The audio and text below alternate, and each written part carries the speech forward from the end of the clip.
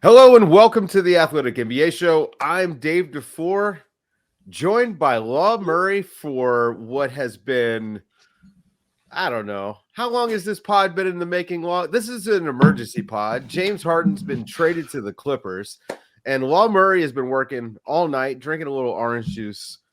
I catch him nice and bright and early. Law, how's it feel? It's finally Happy over. out. Well, I guess it's just starting now. I literally just put out a tweet with a story with the Ric Flair John. I don't even know who he was ranting at when he was like, "We've only just begun." You know what I'm saying? And it's true. Like this season has only just begun.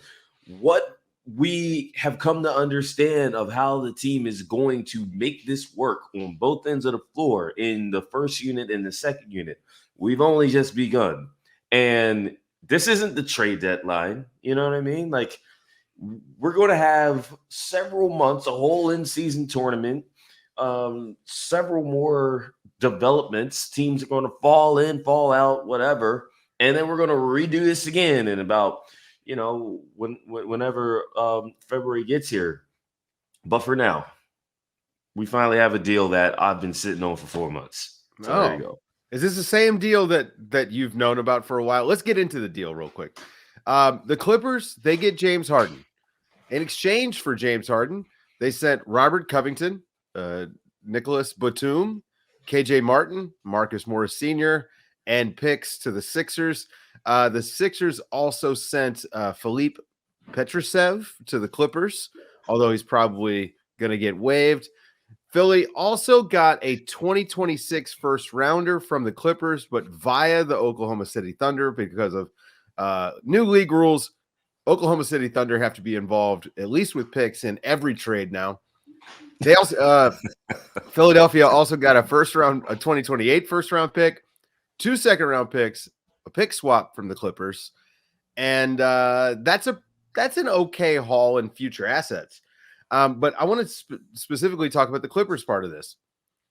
This season so far for the Clippers, you see where a James Harden would kind of help them.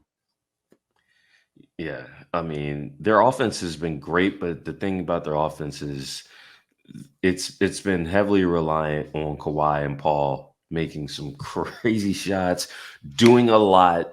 I mean, the effort's been great, but seeing those dudes have to kind of overextend to a certain point, you can see where it's like, all right, how sustainable is this? All right, Paul's attacking the paint. We're asking him, hey man, you're really on your bully stuff this year, ain't you? And it's like we all know the deal with Paul. Like Paul starts these seasons great, and then a hamstring there, a knee here, and you're wondering if you're going to get the same player come spring.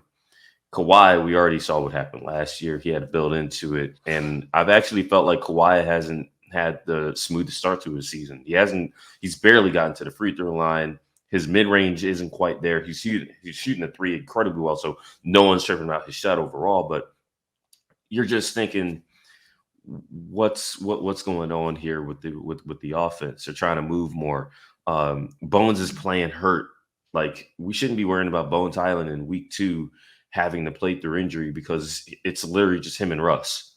And so James Harden is insurance for all those dudes. It's really, really crazy to put it that way, but that is the case. James Harden is a very luxurious insurance policy for basically every perimeter player on the Clippers. Well, and theoretically, it should allow them to get some easier buckets. I mean, James Harden's ability to generate looks for other guys is something that would be a unique skill, I think, for this Clippers team. Russ can do it to a certain degree, but he's not the threat with the ball in his hands that James Harden is. So you can see where, at the very least, it's a change of pace where guys don't have to go out and get their own. You can put James Harden out there with some of the bench guys, which I don't even know what that bench looks like right now. And, theoretically, these guys could space around James Harden. Let's talk about the guys that they didn't lose. Terrence Mann, Norm Powell, still Clippers. I mean, this is kind of a coup, I think, for Lawrence Frank and the Clippers to hang on to 2 guys that are now like rotation guys. Like these are super important players now for the Clippers. Yeah, and I'm really hope I'm not about to lose my internet here. Looks like we're good, but Okay. the big thing with keeping Terrence, and I don't think here's what's ironic. Terrence was named the starter. When Terrence was named the starter, my spidey sense went up immediately. I was like, well, Terrence is about 6'5", 215. I know a guy who's about that, who has those dimensions. Maybe James is a lot thicker, but like that's the kind of move that you would make if you were going to a philosophical shift about how you're lining up with Paul and Kawhi.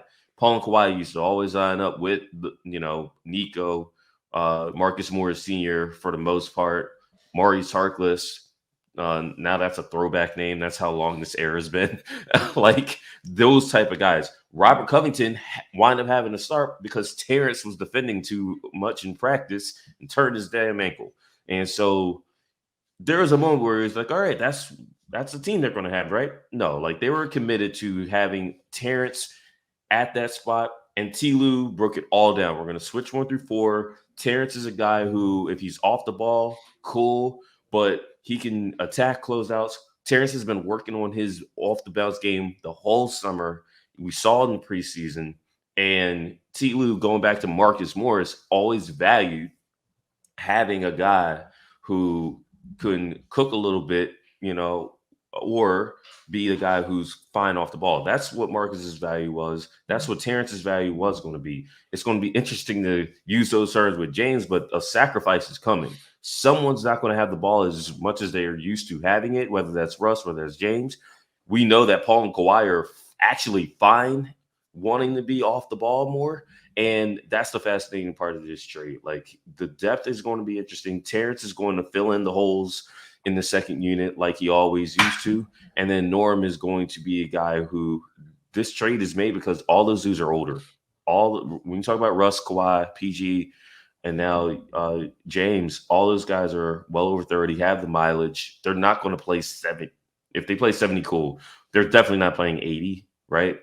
You want to manage their minutes. Well, you're always going to have top firepower in the regular season with these guys. And as long as these dudes don't suffer the debilitating season-ending injury that T. Lue has always had with these dudes, they're going to be a problem come spring. We have to get there, though. Another piece included for the Clippers, they got PJ Tucker. James Harden, I guess, his partner in crime at this point. I'm assuming he's going to be in the rotation as well. I mean, he is at least theoretically, an NBA body. Yeah, the best thing about this for PJ is that dude has had to start pretty much every year unless he gets traded. Well, he's now traded, so you don't have to commit to starting him. It's like PJ Tucker is going to be 39 years old in May, I believe. He shouldn't be starting at this stage of his career. Like he's literally the same high school class as LeBron, but it's PJ Tucker, not LeBron, right? So, PJ being your second unit guy, basically in a Nico Batum role, and I was sure Nico is probably going to be not playing some nights this season. I think if T. Lue wanted to have a 9-man rotation, fully healthy, there are going to be nights where I think Nico was not going to play. I think PJ is going to be in that spot now where if you need him for 15 to 20 minutes a night, you got him. And if there's nights where it's like we got, other guys to play, they have other guys to play. And that's a great situation for PJ Tucker. Like you want to get the most out of a player like him when it matters the most. And it ain't going to matter the most for this team, especially now in December and January. That's big. And so again, it's the last day of October, Dave. I don't know who's going to be on this team in the playoffs. There's still another trade deadline. There's still a lot of time to figure out who works both on and off the floor. But for a guy like PJ, a guy who I was like, he's the Philly is starting him again. I mean, it's no knock on PJ, but the more you can reduce a player's role like that, the better. And that's where PJ is at. He's basically in the Nicholas Batum role going forward. Yeah, if PJ's starting for you now more than just spot starts, that's a little bit of a team building failure in my opinion. After months of just talking about this, I mean, this has been going on the entire summer. how did this happen now? Like, why now? Was there a catalyst to this? It's not like, the wheels fell off for the Clippers. It's not like the Sixers have had some sort of turmoil that we've seen outside of telling James Harden to stay home. So why now? Why not, in December? Why not closer to the trade deadline? I always circled. I have a story out 2 weeks ago. We were in Temecula for an open practice, and I circled this week on the NBA calendar. The Clippers have a back-to-back starting tonight. They play the Magic, who played the Lakers last night, and then they play the Lakers. It's a Lakers home game Wednesday. They have 4 days off, Dave. And the thing within the NBA is once the regular season starts, it's hard to find practice time. It's hard to get guys integrated with each other. And what was interesting is the Clippers in the middle of a 3-4. They blow out the Spurs by 40 on Sunday night, and they still practice on Monday. That's the part where it's like Tyronn Lue saying, we need to be more serious. We need to get better. And they do need to get better. Yes, they beat the Spurs by 40. I can tell you there were several moments of that game where the offense was just not sharp. And this is a team that is second in the NBA in offensive efficiency. I always circled this week because I thought to myself, okay, after 5 games, you kind of know what's happening. The Clippers had a relatively heartbreaking loss Friday night, but the reaction of that loss was more telling to me. The fact that guys were taking it as serious as they did. But I also just feel like there was just a sense of, hey, something might happen at any point. You never know. And guys, they took it hard, but also this season means a lot to the stars. It means a lot to the older guys on the team. Now, ironically, a lot of those older dudes not on the team no more. And and then you look at it from the Sixers' point of view. Yes, their season opener was difficult, man. Like they came back from down 19, right? Similar to the Clippers loss in Utah, only to blow it at the end in Milwaukee. Nick had to go up to Toronto. Nick Nurse had to go up to Toronto, find a way to win that game. They were teasing everyone saying Joel Embiid was going to rest, and they were like, psych. And then they blow out the Blazers in their home opener. And guess who got named Player of the Week, Dave? Tyrese Maxey. I normally don't care about Player of the Week, but I saw that and I was like, oh man, even the league is like telling Philly, hey, you guys can do this now. I mean, Tyrese is ready. Tyrese had to be there when Ben was going through what he was going through, James Harden, as the games that he missed, Tyrese had to be the one. Tyrese is coming off the bench, a major part of last season. Tyrese is ready. And so when you have a guy who's ready and playing as well as he is, in addition to the MVP, in addition to the window that you're in, like you're ready to make a move. I think as much as Daryl Morey would have loved to posture it and been like, we can get more value out of this.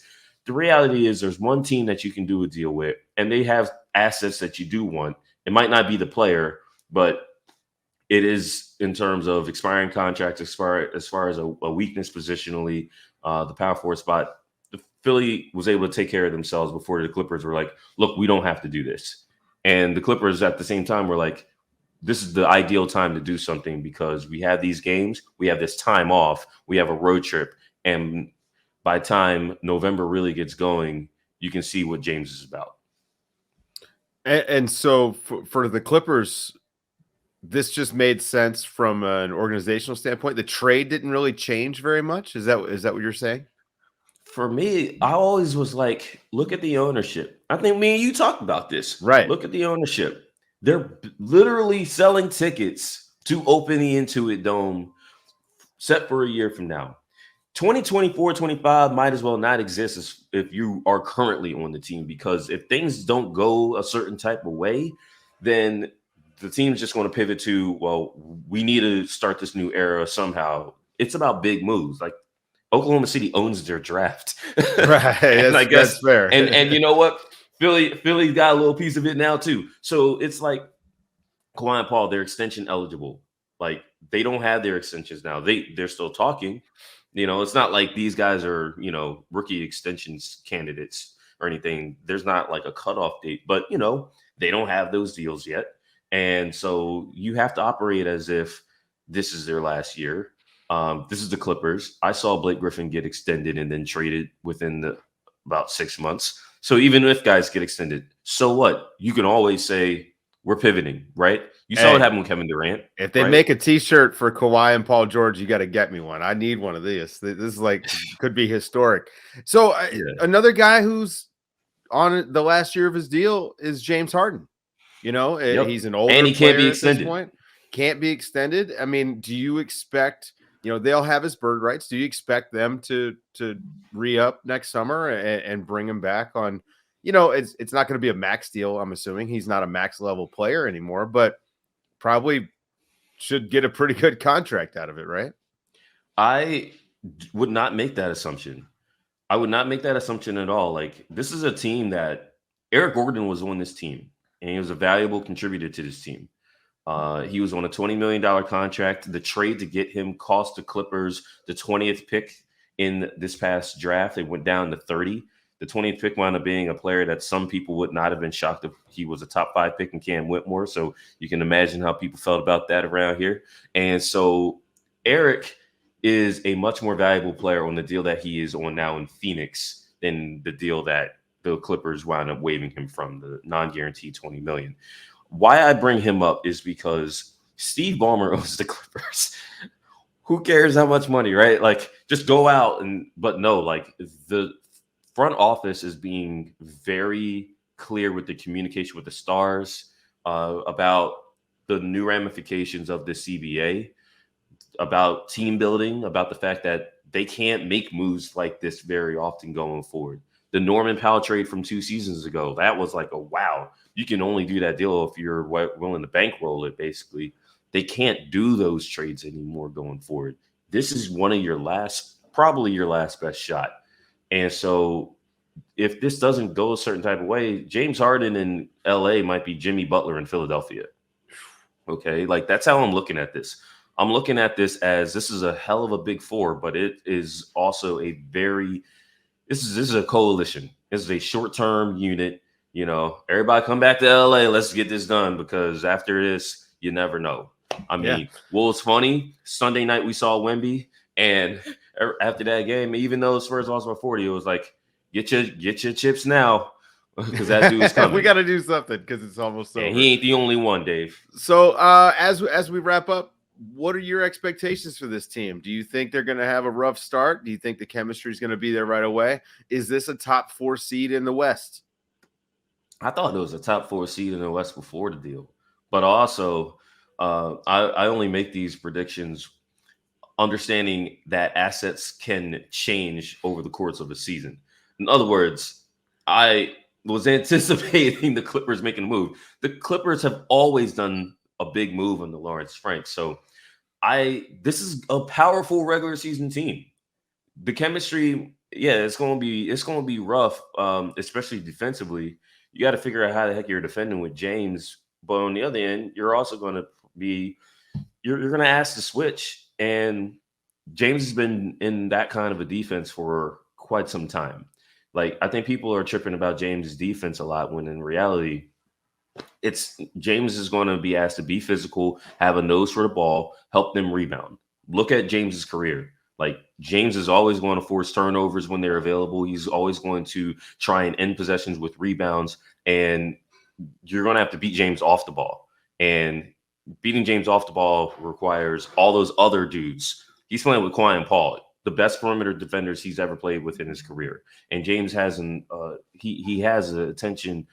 He has an urgency. Everyone has an urgency where it's like, you don't want to be the dude to mess this up. You don't. Like, you're at home, you're playing for your dudes. Like, this ain't the time to be tripping about whether you an all-star or not, or whether you getting 30 or not. So I think that balances out the chemistry concerns about how long this will be. This is not going to be smooth, but eventually it's going to come down to these dudes are talented and they really want this. And so we'll see. Again, hit me in February, because this team always makes a move at the deadline, and I don't think they're done.